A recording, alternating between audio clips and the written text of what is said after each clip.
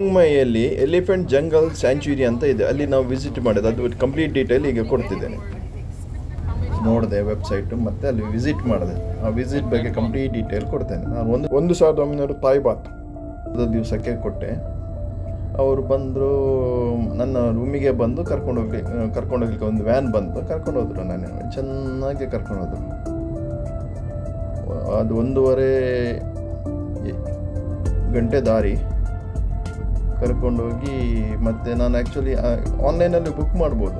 ನಮಗಲ್ಲಿ ಹೋದ ಕೂಡಲೇ dress, coffee ಮತ್ತು ಲೈಟ್ ಸ್ನ್ಯಾಕ್ಸ್ ಕೊಟ್ಟರು. ಇದು ನೋಡಿ ಅವ್ರು ಕೊಟ್ಟ ಕೋಟ್. ಆನೆ ಜೊತೆ ಹೇಗೆ ಆಡೋದು ಅಂತ ಒಂದು 4-5 ಗಂಟೆ ಆಡಿದ್ವಿ. ಒಂದು ಆನೆ ನಮಗೆ ಪರ್ಪಸ್ಲಿ ಕೊಟ್ಟರು. ಆನೆ ಜೊತೆ ಆಡ್ತಾ ಇದ್ವಿ ಇಡೀ ದಿವಸ. ಫಸ್ಟ್ ಹೋದ ಕೂಡಲೇ ಡ್ರೆಸ್ ಒಂದು ಕೊಡ್ತಾರೆ, ಮತ್ತು ಆನೆ ಬಗ್ಗೆ ನಮಗೆ ಇನ್ಫಾರ್ಮೇಷನ್ ಎಲ್ಲ ಕೊಡ್ತಾರೆ. ಯಾವ ಥರ ಆನೆನ ಸಾಕೋದು, ಎಲ್ಲಿ ನಿಲ್ಲಬೇಕು, ಸೇಫ್ಟಿ ಮೆಜರ್ಮೆಂಟ್ಸು ಎಲ್ಲ ನಮಗೆ ಹೇಳಿಕೆ ಕೊಡ್ತಾರೆ. ಫಸ್ಟಿಗೆ ಅವನ್ನೇ ನಮಗೆ ಹೇಳ್ತಾನೆ ಯಾವ ಥರ ಇರಬೇಕು. ಗೈಡ್ ತೆಫ್ ಅಂತ ಇದ್ದ, ಅವನ ಅಸಿಸ್ಟೆಂಟ್ ಇನ್ನೊಬ್ಬ ಕಿಂಗ್ ಅಂತ ಇದ್ದ. ಇವರು ನಮಗೆ ಹೇಗೆ ಮನೆ ಮುಂದೆ ನಿಲ್ಲಬೇಕು, ಹಿಂದೆ ನಿಲ್ಲಬೇಕು, ಏನು ಕುಡಿಸ್ತದೆ, ಏನು ಕುಡಿಸ್ಬೇಕು, ಏನು ತಿನ್ನಿಸ್ಬೇಕೆಲ್ಲ ಹೇಳಿಕೊಟ್ಟ. ಅದೇ ಪ್ರಕಾರ ನಾವು ಅದನ್ನು ಪಾಲನೆ ಮಾಡಿದ್ರೆ ಏನು ಸಮಸ್ಯೆ ಇಲ್ಲ. ಆನೆಗಳು ಸಾಧು ಪ್ರಾಣಿ. ಅವ್ರಿಗೆ ಹೊಟ್ಟೆ ಒಂದು ತುಂಬಿದ್ರೆ ಸಾಕು. ದಿವಸಕ್ಕೆ ಇವನ ಪ್ರಕಾರ ದಿವಸಕ್ಕೆ ಅವರು 20 ಗಂಟೆ ತಿಂತಾವೆ, 4 ಗಂಟೆ ಮತ್ತು ಮಲಗ್ತಾವೆ. ಆ ಪ್ರಕಾರ ನಾನು ಆಲೋಚನೆ ಮಾಡ್ತಾ ಸ್ವಲ್ಪ ಎಜುಕೇಷನ್ ಝೋನಲ್ಲಿ ಅವನ್ನೆಲ್ಲ ಎಕ್ಸ್ಪ್ಲೇನ್ ಮಾಡ್ತಾನೆ. ಕೇಳಿ ಸ್ವಲ್ಪ.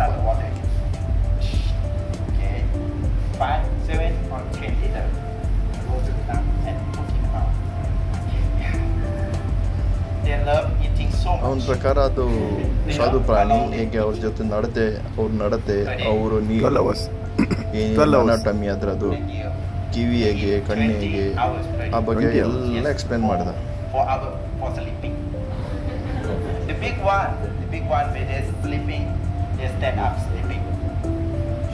ಕೇಳ್ತಾ ಹೇಗೆ ಮಲಗ್ತದೆ ಅಂತ ಹೇಳ್ತಾನೆ.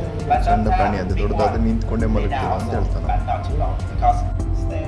ಮತ್ತೆ ಆನೆ ಪಕ್ಕ ನಿಲ್ಬಾರ್ದು, ಎಷ್ಟು ದೂರ ನಿಲ್ಬೇಕು, ಎಲ್ಲೆಲ್ಲ ಟಚ್ ಮಾಡಬೇಕು, ಕಾಲು ಬುಡ ನಮಗೆ ಸ್ವಲ್ಪ ಟಿಕ್ಲಿಂಗ್ ಆಗುತ್ತಲ್ಲ, ಅದು ಆ ಕಡೆ ಎಲ್ಲ ಟಚ್ ಮಾಡಬಾರ್ದು, ಅದಕ್ಕೆ ಸ್ಥಿಮಿತ ಕಳ್ಕೊಳ್ತದೆ ಅಂತ ಹೇಳ್ತಾನೆ ಅವನು.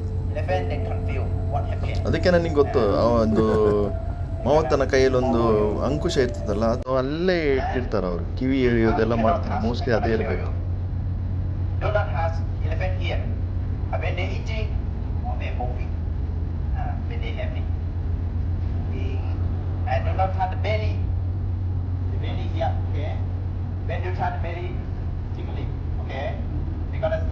ಎಷ್ಟು ಚೆನ್ನಾಗಿ ಎಕ್ಸ್ಪ್ಲೇನ್ ಮಾಡ್ತಾನೆ ಅವನು. ಒಳ್ಳೆ ಇಂಗ್ಲೀಷಲ್ಲಿ ಮಾತಾಡ್ತಾನೆ. ಅಲ್ಲಿ ಸಾಧಾರಣ ಮಟ್ಟ ಇಂಗ್ಲೀಷ್ ತುಂಬ ಜನರಿಗೆ ಬರೋದಿಲ್ಲ. ಈಗ ಟೂರಿಸಮ್ ಮತ್ತು ಕಾರ್ ಡ್ರೈವರ್ ಅವರಿಗೆಲ್ಲ ಬರುತ್ತೆ, ಸಾಧಾರಣ ಮಟ್ಟಿಗೆ ಬರೋದಿಲ್ಲ. ನಮಗೆ ಅದಾದಮೇಲೆ ಎಕ್ಸ್ಪ್ಲನೇಷನ್ ಆದಮೇಲೆ ನಮಗೆ ಅದಕ್ಕೆ ತಿಂಡಿ ತಗೊಂಡು ಹೋಗ್ಲಿಕ್ಕೆ ಕೊಟ್ಟರು. ಯಾವುದೋ ಒಂದು ತರಕಾರಿ ಇತ್ತು, ನಮಗೆ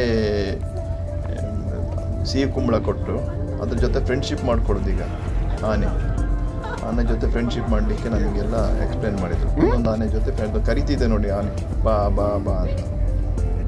ಮತ್ತು ಆನೆ ಜೊತೆ ಆಡ್ಲಿಕ್ಕೆ ಬಿಟ್ಟರು. ಆನೆ ಒಂಥರ ನನಗೆ ಅದೊಂದು ಎಕ್ಸ್ಪ್ಲನೇಷನ್ ಹೇಳಲಿಕ್ಕೆ ಸಾಧ್ಯ ಇಲ್ಲ. ಅದು ಅಷ್ಟು ಚೆನ್ನಾಗಿ ಪ್ರೀತಿ ಮಾಡ್ತದೆ ಅದು ಕಾಲು ಹೀಗೆ ಅಲ್ಲಾಡಿಸಿ ನಾನು ಮೈ ಮೇಲೆ ಮುಟ್ಟಿ ಅದಕ್ಕೆಲ್ಲ ಇದು ಮಾಡಿದ ಕೂಡಲೇ ಅದು ಅಷ್ಟು ಪ್ರೀತಿ ಮಾಡ್ತಿತ್ತು ನಮ್ಮನ್ನು.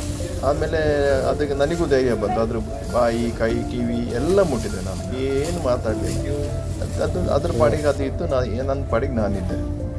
ನಾನಂತಲ್ಲ, ಇನ್ನೂ ಕೆಲವು ಫಾರಿನರ್ಸ್ ಅವರಿಗೆ ಸ್ವಲ್ಪ ವೆಟರ್ನರಿ ನಾಲೆಜ್ ಇದ್ದ, ಅವರು ಇನ್ನೂ ಜಾಸ್ತಿ ಆನೆ ಜೊತೆ ಇನ್ವಾಲ್ವ್. ಇದು ನೋಡಿ, ಕಾಡಲ್ಲಿರುವ ಆನೆ, ಅವರಿಗೆ ಅಲ್ಲೇ ರಿಹ್ಯಾಬಿಲಿಟೇಷನ್ ಮಾಡಿರ್ತಾರೆ. ಈಗ ನೆಕ್ಸ್ಟ್ ಅವರು ಅದಕ್ಕೆ ಮದ್ದು ಹೇಗೆ ಕೊಡೋದು, ಮದ್ದು ಹೇಗೆ ಪ್ರಿಪೇರ್ ಮಾಡೋದು, ತಿಂಡಿ ಹೇಗೆ ಪ್ರಿಪೇರ್ ಮಾಡೋದು ಅಂತ ಹೇಳಿಕೊಟ್ಟ. ಬನಾನಾ, ಬಾಳೆಹಣ್ಣು, ಉಪ್ಪು,